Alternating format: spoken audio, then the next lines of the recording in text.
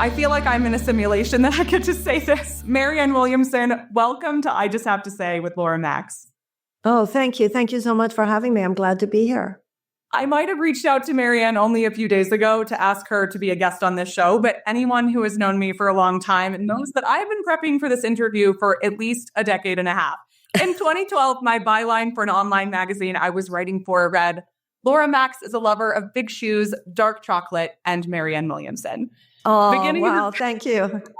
It's true. Beginning her career known as the spiritual advisor to Oprah Winfrey, Marianne is the author of 16 books, 4 of which became #1 New York Times bestsellers. Her iconic quote from mega-bestseller A Return to Love, which starts, "Our deepest fear is not that we are inadequate. Our deepest fear is that we are powerful beyond measure," has become an anthem for a new generation of spiritual seekers. Count me as one of them, because that also saved me from my very own little nervous breakdown at age 20 when I read it and understood for the first time that it was my light, not my darkness, that frightened me most.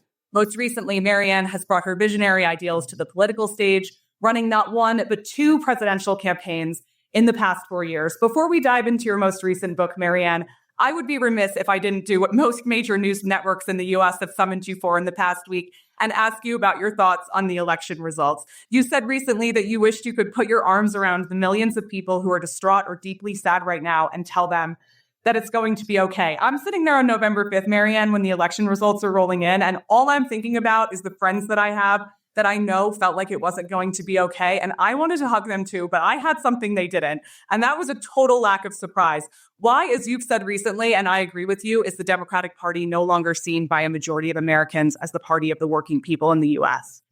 Well, the answer to that last question is because the Democratic Party in too many ways has compromised its own values. I think the most important thing, first of all, is that we align ourselves with our own civic duty, and that is to respect an election, respect a democratic election. I remember 4 years ago when so many supporters of Donald Trump, even to this day, would not accept the results of a democratic election. I think it's our duty to do that. So my first thing I want to say is, to those of you who voted for Trump, congratulations, you won this time. For those of you who did not vote for Donald Trump, there are some very serious fears in the air. This is not just another lost election. There are deep concerns about some of the things that the president has said that do tip over into authoritarian and dictatorial policies should he execute them. Now, we all have to take a deep breath and know that sometimes people say things in campaigns. Yes, we told each other, and we were right, take him seriously. But at the same time, he is the president-elect now, and we'll see what happens. For those of you who are not supporters of the president-elect, the job now is to mount what is called a loyal opposition. And that's what happens in a free society. That's, nobody owes it to anyone to agree with them, including the president of the United States. Now, when I was running, I'm sorry to say that I predicted this result. I have felt that the Democratic Party's way to defeat Donald Trump this year was to mount a genuinely progressive campaign, one that stood on fundamentally addressing the economic despair of 70% of the American people through such things as an economic Bill of Rights, through such things as universal health care, through such things as tuition-free college and tech schools, subsidized child care, a Department of Peace, and so forth. We have to recognize, and this goes back to your last question, why the Democratic Party sought to silence a campaign that was saying something like that, suppressed the primary so that only their chosen candidate could, in effect, run. And so I think a lot of people now realize that many of the narratives spun by the DNC, suggesting they knew what they were doing, suppressing democracy this time, because after all, democracy is threatened, which it, in fact, I believe in many ways was. I think a lot of people are dealing with the shock, not only of the election result, but of realizations about the Democratic Party, how it operates now, and how it absolutely needs to change, or our real progressive populist, left-wing populist yearnings will go elsewhere, and that could even cause more chaos than is happening now. You quoted Martin Luther King this morning, who said, "You have very little morally persuasive power with people who can feel your underlying contempt." I get on Facebook the day after the election and it's 2016 all over again. I have people in my feed requesting that they be unfriended by anyone who voted for Trump, keyboard matches in the comments, people hashtag not my president all over the place. This is coming from people in a political party that had to withstand 4 years of the opposition claiming that Biden wasn't a fairly elected president. Why do we do this? And what should we be doing instead? What type of behavior should the political opposition be embodying at this point if they're disappointed in the election results? Well, thank you for mentioning it, Laura, because it's a huge issue. This is not just about what we do at this point. It's about who we are at this point. And that is core to any kind of mounting a nonviolent political force field, purification of your own heart. This did not just start. This has been true for a long time, that the same kind of smug, self-righteous arrogance that so many of us detest on the right has been equally present on the left. I think it's so important that we remember nobody owes it to you to agree with you. And nobody has a monopoly on truth. I believe, and I think every Democrat might look at this, the Democratic Party created a void. Over the last year and a half, and I was out there going, we need to talk about this. We need to talk about this. There was such an effort to suppress my voice. And people went along with this. People went along in this codependent stupor with the Democratic Party. It was like, no, we're not even going to talk to anyone else, basically creating this void. The Democratic Party has left these diamonds on the sand, and Donald Trump has simply said, okay, I'll take them. And that main diamond is unequivocal advocacy for the working people of the United States. Now, Donald Trump, I'm not saying he offers them anything, but at least he acknowledges their pain. The Democratic Party today, you live in Aspen, right? I've been in Aspen enough. I lived in Montecito, California. It's one of those upstairs, downstairs places. I'm not just places, in a bubble. okay? I'm in a snow globe. It's a snow globe. All right. It's absolutely insulated. When I was growing up, the Democratic Party was associated with downstairs. Mm. And today, the Democratic Party is too often associated with what goes on upstairs. So Donald Trump he's a shrewd salesman. He knew what to do with that. And all of us who went along with that. So anybody who wasn't over the last year and a half going, wait a minute, why aren't we having a real primary? Why is it that we're buying this narrative spun by the DNC that we don't primary a sitting candidate, president? I'm old enough to remember when Eugene McCarthy and Bobby Kennedy Sr. primaried the sitting president, Lyndon Johnson. And by doing so, they brought to the fore as a prominent political factor ending the Vietnam War. It's important that we have elections every 4 years, and that's got to include primary elections. This is something like out of the Soviet Union, where, you went to vote, but the party had already determined who your choices would be. So anybody that wasn't complaining over the last year and a half, especially when there was somebody saying, this isn't going to work, and bought into the mocking, the suppression, the throwing off ballots, the derision, the character assassination, I kind of have and you're upset now? You're upset now? So I think we have to go from where we are. We have to congratulate, people who voted for Trump. They won this time. But we have midterm elections every 2 years. So at this point, all low-level emotions, the hatred, the anger. You mentioned a quote from Martin Luther King. You have very little morally persuasive power with people who can feel your underlying contempt. If you just want to get applause from people who already agree with you, you keep shouting and being mean and judgmental. But if you really want this country to change and you really want to mount a loyal opposition and you really want to be part of the solution and moving into a Democratic win in 2026, then wipe that smug anger, entitlement, ask that it be removed from your heart, and let's get busy and stand for a real alternative. And this has got to mean in the primaries. You can't wait till the general, whether it's a congressional race or a presidential race. You've got to get very serious. And I think all of us need to think now of politics as simply an aspect of a well-lived, meaningful life. When you were out there running for office, did you feel you were face-to-face with American voters? Did you feel that they were on the same page, that they were ready for something new politically, that they were ready for what you were talking about? Absolutely. That's what's so heartbreaking about this moment to me. The American people are not the problem.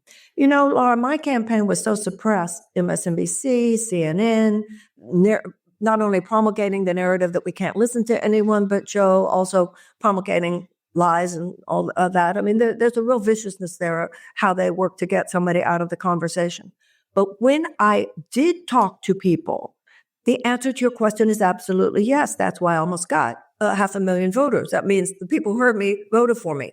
It wasn't just about me, Laura. It was about the progressive vision of a sustainable future, both in terms of the environment, in terms of justice, in terms of economics, in terms of the care that we must take of one another and of animals and of the earth. That is the only sustainable option for the human race. So absolutely. And this was my truth in 2020, but also my truth again in 2024.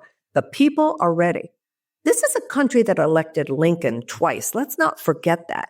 This is the country that did abolish slavery and did give women the right to vote and did pass civil rights legislation and did establish labor. This country has done some evil things in our past, but we have also self-corrected. And it's time now to course correct. And yes, what I found on the campaign both times was that the American people are not the problem. It's a political system that seeks to manipulate and to engineer the process more than to facilitate the will of the people. And I think that's what every Democratic and Democratic-leaning voter needs to look at. Because if that system in the Democratic Party does not change, then we'll have Trumpism for a very, very long time. I sincerely hope that what the Democratic Party takes away from this, quote unquote, happening again is that what you just described, that these Democratic Party leaders pushing you out to get the type of person that they want in the front is not going to work for them anymore. That Americans are fed up. And part of me, I will tell you, I didn't vote for the man, but when I saw he won, I thought, well, at least maybe we're a little bit closer to Democrats figuring out that this isn't going to work because it doesn't stand for the people. First of all, I want to acknowledge you for your questioning because you go right for it. But my response to your last thing is they won't. So let's talk about that if we might. One of the reasons why the Republican Party is often more politically resilient is because their leaders come from the private sector. What does that mean? That means if something's not working on Tuesday, and especially if it's not working by Thursday, you better change it by Saturday or you could lose your business. Democrats are the opposite. If it's not working on Tuesday, not working on Thursday, even if they lose a business, they don't care. So they are going to fight to the end. Absolutely not. They are even now justifying. They are blaming each other. They're blaming Biden. They're blaming everyone except themselves. Look at Nancy Pelosi. I mean, it could easily be a recording of her in 2016. Absolutely. So they're not going to, this idea of hoping they're going to get it, they're not going to get it. They don't want to get it. And I said during the campaign quite a few times, there are people in charge here who would rather Trump win than letting someone like me have a real platform. You are absolutely right. And I think the fact that you have had the courage and the moxie to do what you've done, not once, but twice, is admirable. And I'm going to ask you more questions about that towards the end of our interview, where you get that from. I really am not surprised. You talk about some of your encounters with Jesus. Your most recent book is The Mystic Jesus. So we're going to dive into that now. And I'm thinking the whole time I'm reading it, I'm really not surprised that he chose her as a messenger because she really has more moxie than most people. So I'm really glad that he did. And I thank you so much for weighing in on all of that here, because I know that your words have meant so much to so many who do feel relatively hopeless and despondent over these last few days. And I know that your words are activating a sense of hope and a sense of empowerment in so many people. So truly, thank you. Before the election results, you were busy promoting your newest book, your 16th book, The Mystic Jesus. And that's what I'm so excited to talk to you about today. The Mystic Jesus tells much of your personal story and your relationship with Jesus, and is a super fun topic for me because, like Jesus was, I am also Jewish, and we don't really talk about Jesus very much as Jews. You were raised Jewish as well, and through your studies of A Course in Miracles, you discovered Jesus, describing it as, quote, a conversion to a conviction of the heart. Tell us about what drew you to Jesus as you studied A Course in Miracles. Well, first of all, being raised Jewish, I certainly was never told anything negative about Jesus. I always say Jews don't have a problem with Jesus. We have a problem with Christianity at various times in history, and that's understandable. And you say that in your book as well. You mentioned that. Very, very, very different issues. The Course in Miracles is not a religion. There's nothing here about the conversion of my religion. Students of A Course in Miracles come from all religions and from no religion. If anything, I think it has deepened my sense of connection to my religion, which is Judaism, because it has deepened my connection to God.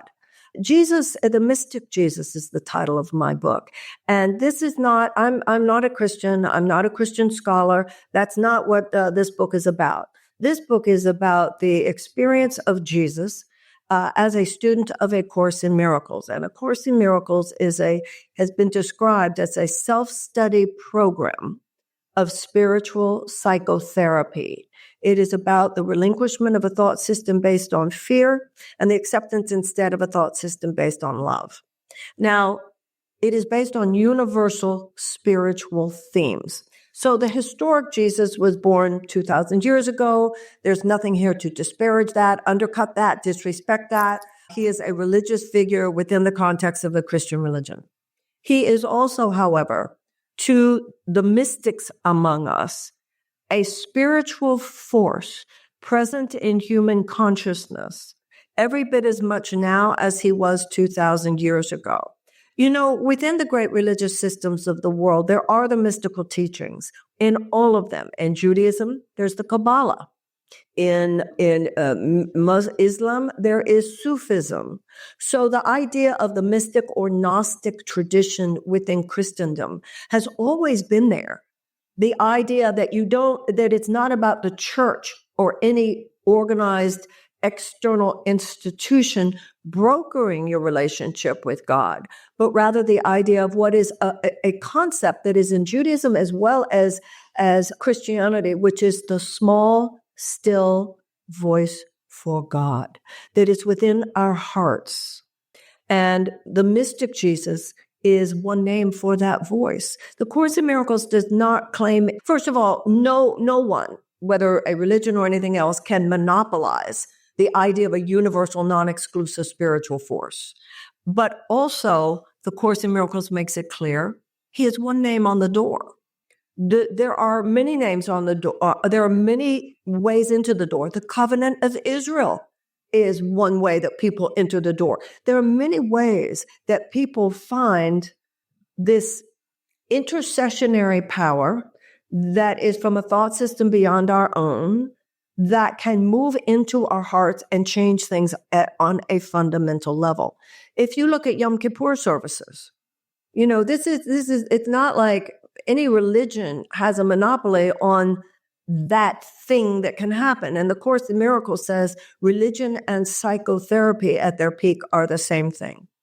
So the way I look at it, Laura, we're living at a time on this planet where we're rethinking everything. We're rethinking politics, we're rethinking business, we're rethinking health, and of course, we're rethinking religion and spirituality.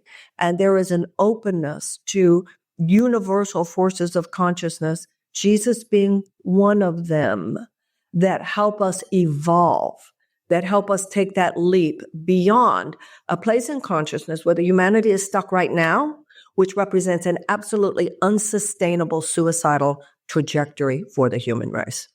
Well, I gathered that as you were writing, that you were communicating that Jesus is one of the many names on the door, as you said. It's one of many languages. I really think of religions in some ways as languages. They're different ways of saying the same thing or getting to the same place. And like a kaleidoscope, yeah. Like a kaleidoscope. And like you, I grew up as a Jew in Houston, Texas. We discussed this before. I attended Beth Israel, which is right next to where you went. You're a Beth Yeshurun girl.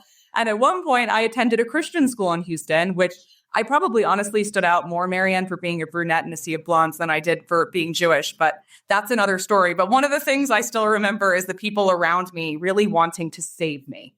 And that even though I was pretty strong in my confidence that I didn't require the kind of saving that they were talking about, you correct the notion that Jesus came to save people from hell. What do you believe? And you talk about this in the book. What do you believe Jesus really came to save people from?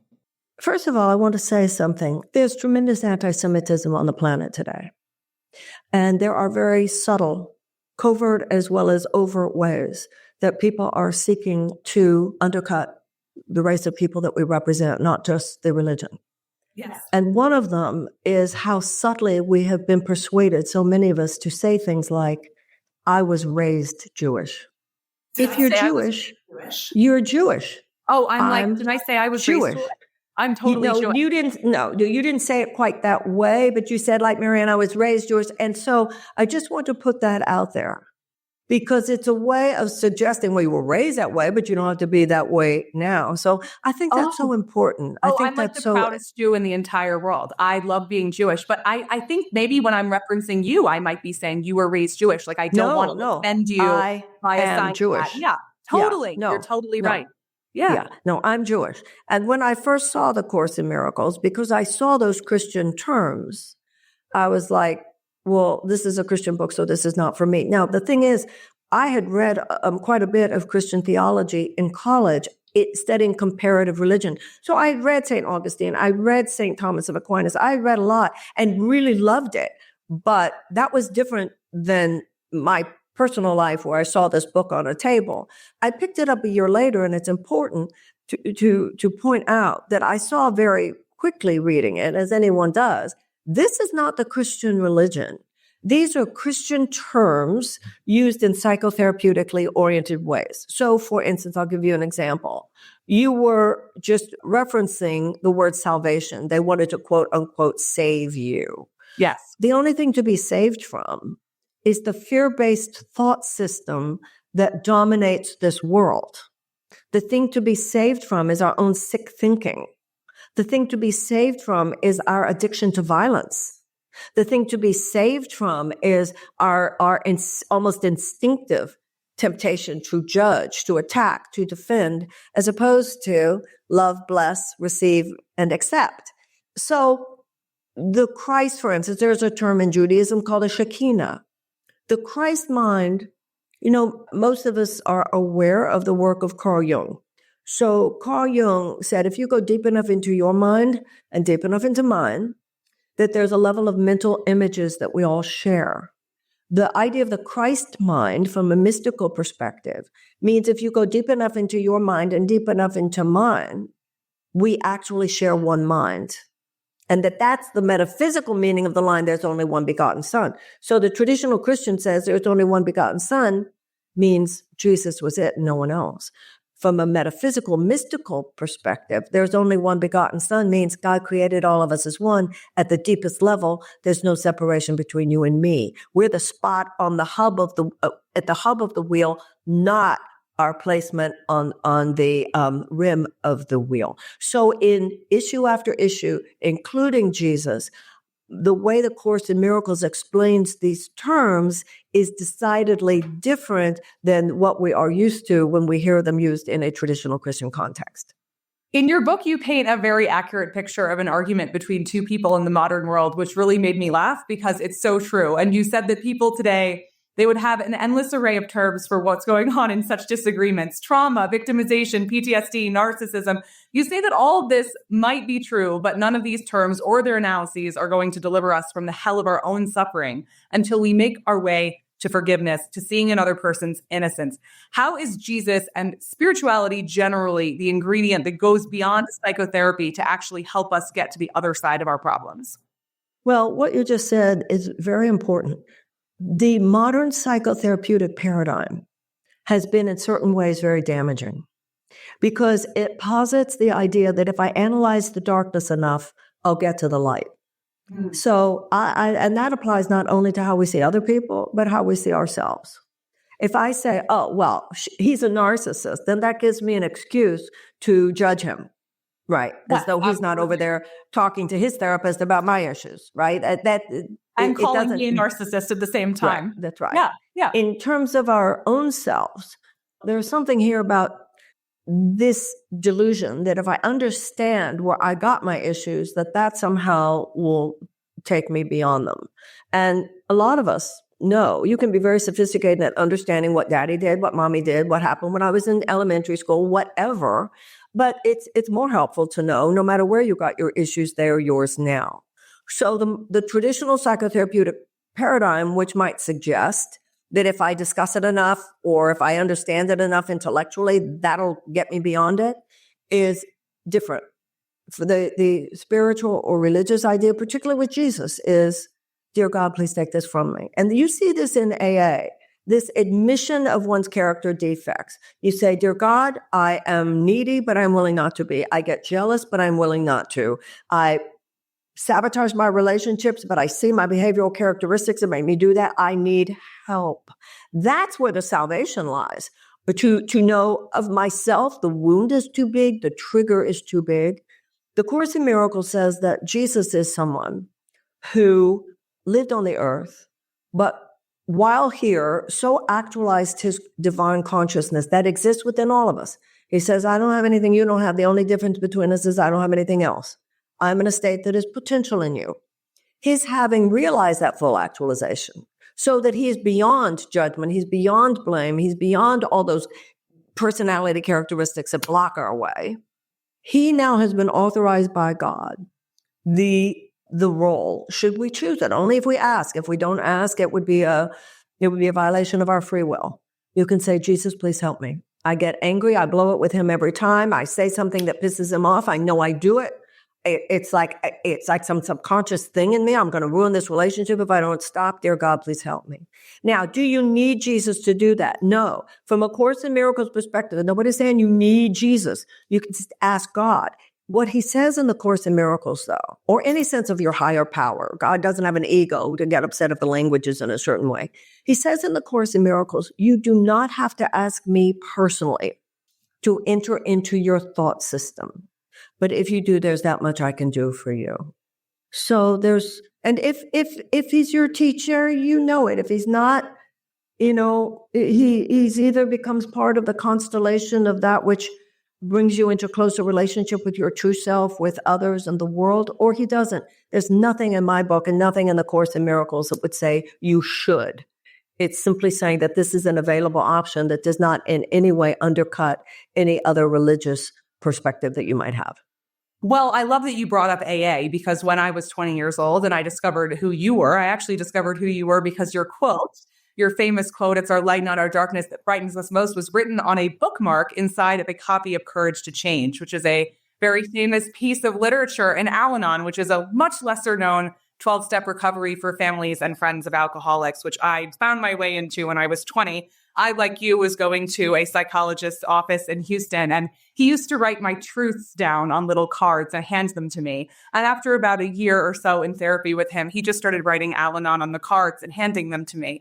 And when I finally arrived in Al-Anon, what I discovered was that I wasn't alone. The first 3 steps of every 12-step program is that we admit that we're powerless, step 1. Step 2 is we come to believe in a higher power. And step 3 is we make a decision to turn our will and our lives over to the care of God as we understand him. And I think your book gives everyone permission to turn their will and their life over to the care of God as they understand God. And this, to me, even having a religious background, was completely foreign, that God might be somebody who had a photo of me on his refrigerator, that really wanted to take care of me, that loved me and wanted what was best for me. And I remember month after month going to those rooms and showing up and constantly getting this reminder that I wasn't alone and how I just needed to relearn it every day. It wasn't in my nature to rely on someone who wasn't me. And I look at the world that we live in now, and I look at this concept of self-help. And I think we're in a place specifically in this country, Marianne, where we believe, A, we can heal ourselves by ourselves, and B, that most of the solutions from our problems come from this sort of relentless psychoanalysis and this avoidance of any type of discomfort.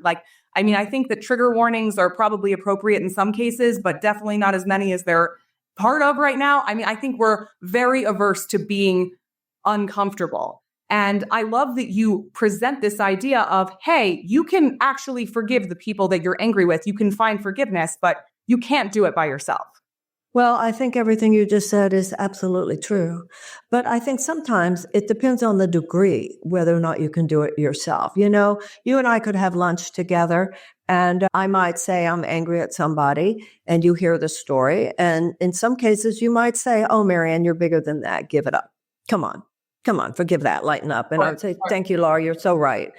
Other times, however, it might be where a situation where the trigger is so great, the wounding is so great, the pain is so great that I do need help. Yeah. And the idea here is that the pain is that the help is available, and that there is a power. What is it they say? A power in us that can do for us what we cannot do for ourselves. And the reason AA is so important is because it does introduce into people's minds that this is bigger than you. You can't just decide to get sober. You can't just decide to get over this or that sometimes. Sometimes it's all the ego is mental addiction. So alcoholism, drug addiction are simply forms that the ego takes. And I think it's one of the things that's so helpful in understanding all this in terms of recognizing the principles in AA is the idea that the addiction isn't just out to inconvenience you. The ego is out to kill you. The loveless mind is not neutral thought. The loveless mind is proactively into the projection of fear and guilt and destructiveness and suffering, every bit as much as the spiritual mind is into the extension of love, peace, and harmony. And I think that's a large part of where we are right now, Laura. I think even talking about this political result, the days of neutrality are over. If you are not proactively using your mind and your behavior as a conduit for the extension of something that lifts the world up, then that same mental energy, because there's no such thing as neutral thought, is being used to, at the very least, perpetuate a status quo that is itself in a state of decline. I think that's why a lot of people are so shocked by this political moment. I didn't do that. Well, you kind of did. You kind of did. If you weren't part of creating the counterforce, and I think in politics, one of the things I think in the last few days, Laura, there's been a lot of growing up. There's been a lot of waking up and a lot of growing up. And, I've been saying it for a long time. This is not a time for women to act like girls. It's not a time for men to act like boys. This is not a time to think only in terms of our own personal neuroses. There are plenty of hours in the day. You've got to also stand up for what's happening here.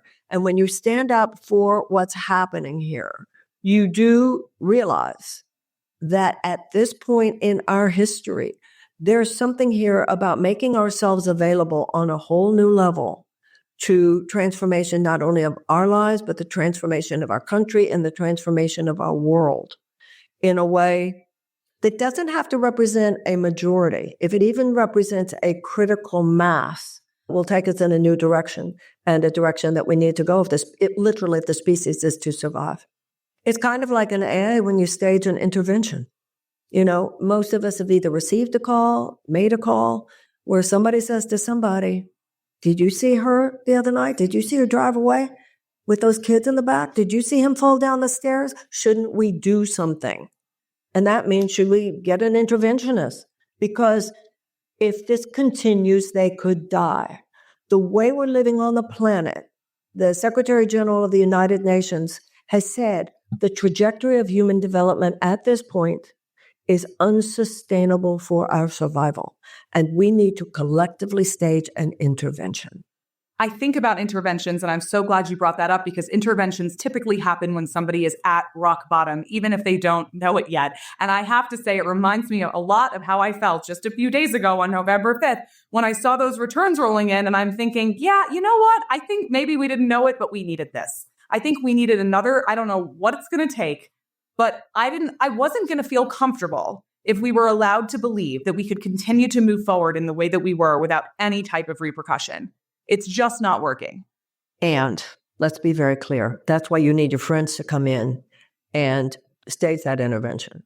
Because the addict will know that and continue to drink or continue to use. Absolutely. So we have to get over our magical thinking. Yes.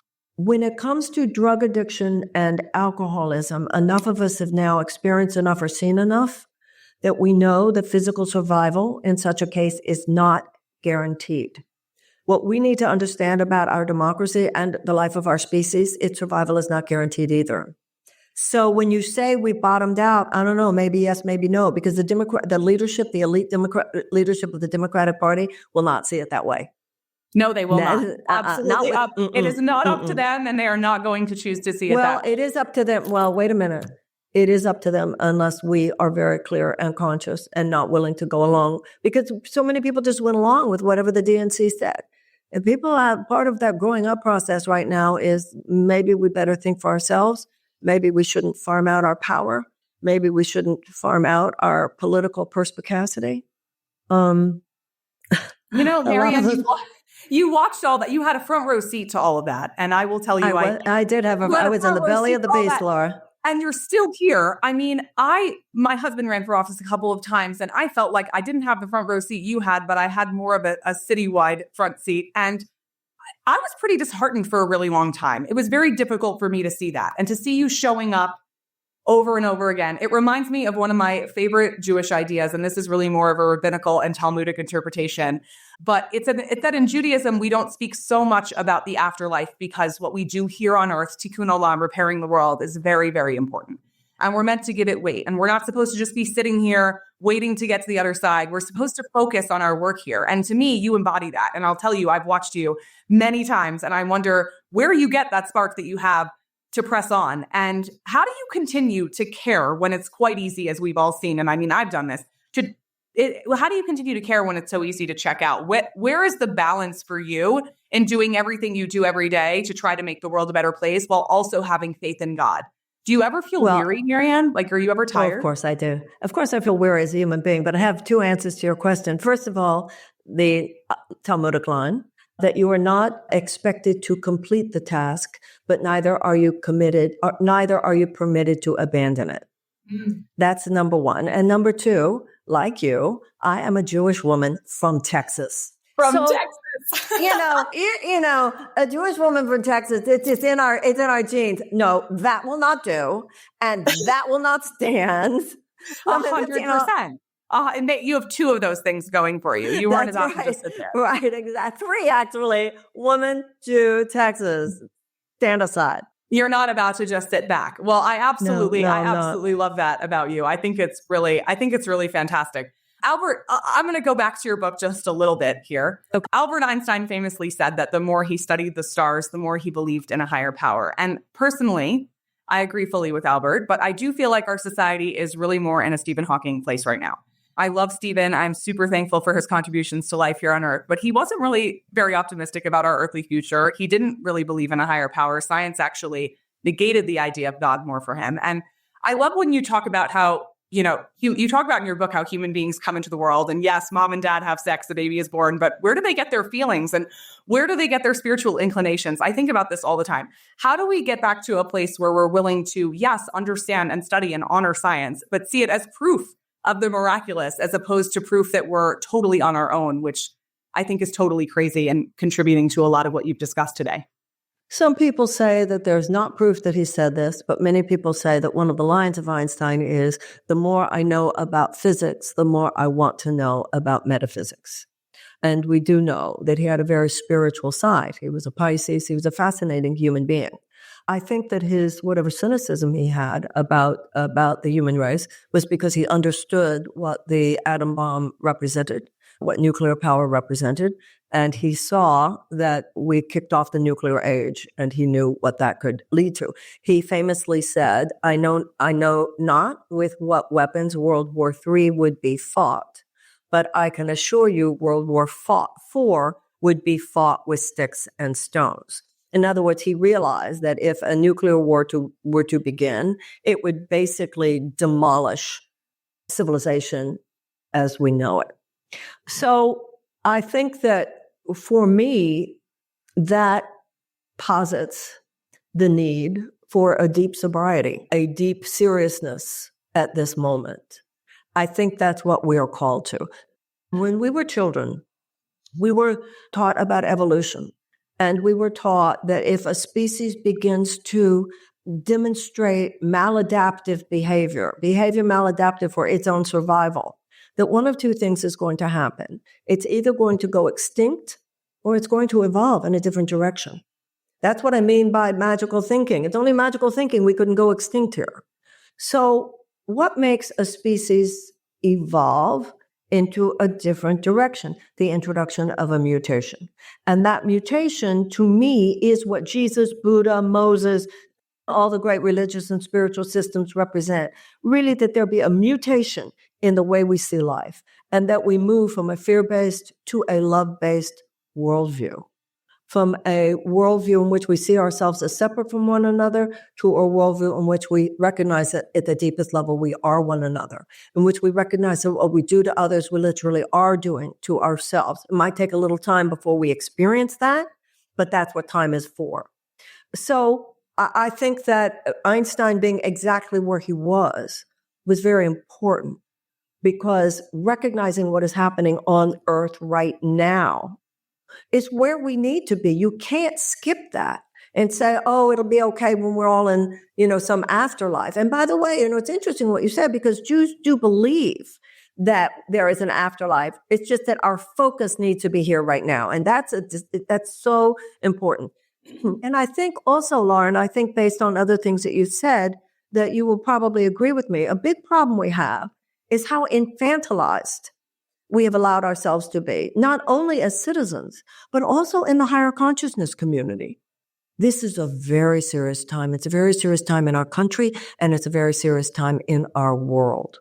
And in order for us to be death doulas to a world that has to pass away, but in a way that it's a wise and a responsible and a nonviolent passing away of what needs to pass away, in order for us to be birth doulas to the world that is struggling to be born, we are going to have to rise up now. We are going to have to intend and decide and be willing to be strong where we have been weak, to be courageous where we have cowered, to be loving where we have indulged all the negativity and the anger. This is a moment of where it is time to deeply recognize this is not about, well, I don't know, I'm still working on it. No. There's no time. There's no time. You'll work on it a few hours a day, but then we have a country to save. We have a world to save. And so we are being called to actualize our potential spiritually, intellectually, emotionally, psychologically. This is it. This is the moment. And anything less than that, and we will be refusing to participate in the collective rebirthing that is so necessary now. I think that's what we really in our hearts yearn to do.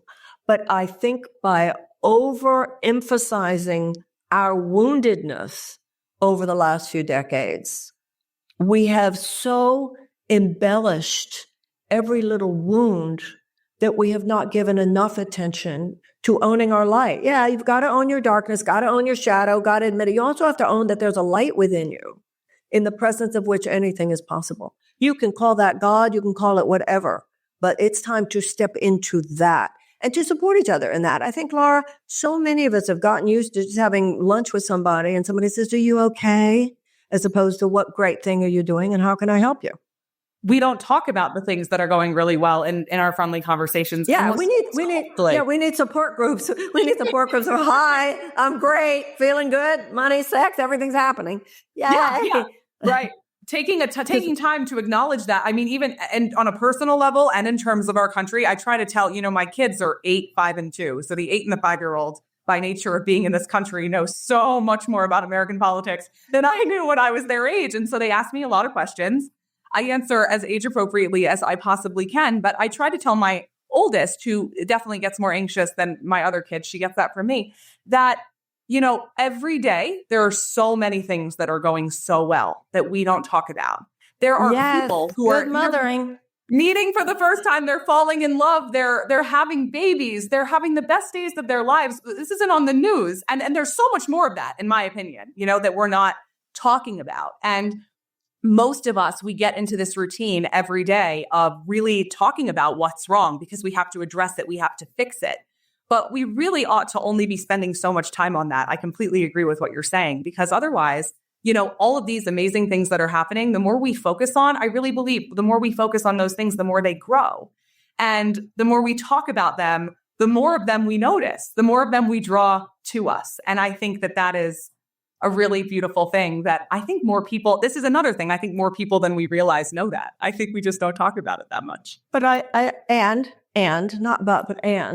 we need to not use that as an excuse for not looking at what needs to be done. The Course in Miracles says, look at the crucifixion, but do not dwell on it. Right. If you only talk about Moses entering the promised land, but you forget that the whole point was that the Jews had been enslaved in Egypt, or if you only talk about resurrection and don't point out that first there was a crucifixion, then you're actually not in transcendence. You're in denial. That's very true. We're in multidimensional. We're multidimensional beings, and we don't want to be imbalanced in either direction. There are times when the heart is breaking.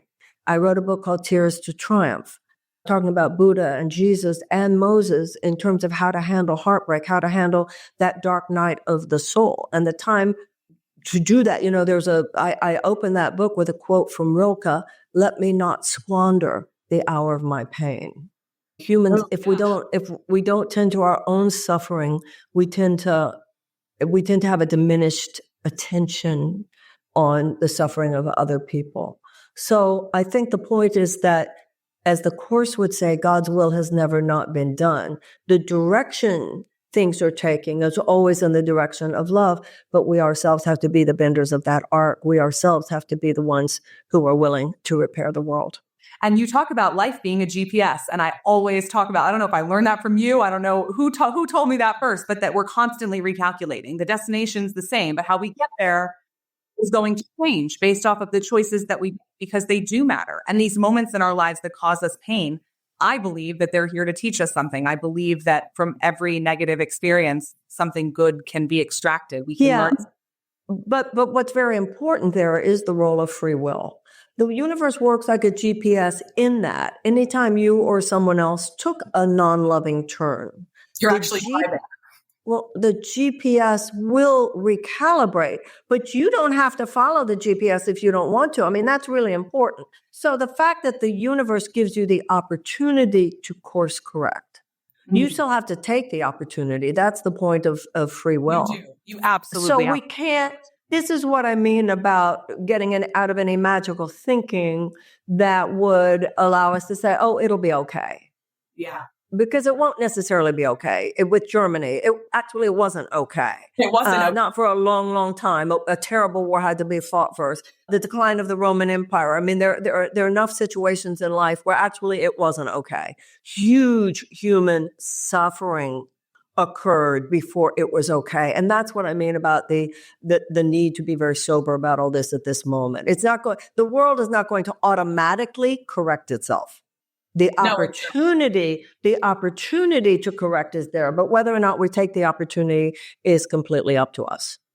In your book, you talk about atonement and how for Jews, we atone on Yom Kippur, Catholics atone in confession, alcoholics in an AA meeting. You describe atonement as, quote, the correction of our perception, placed within us by God as an eternal escape route from fear.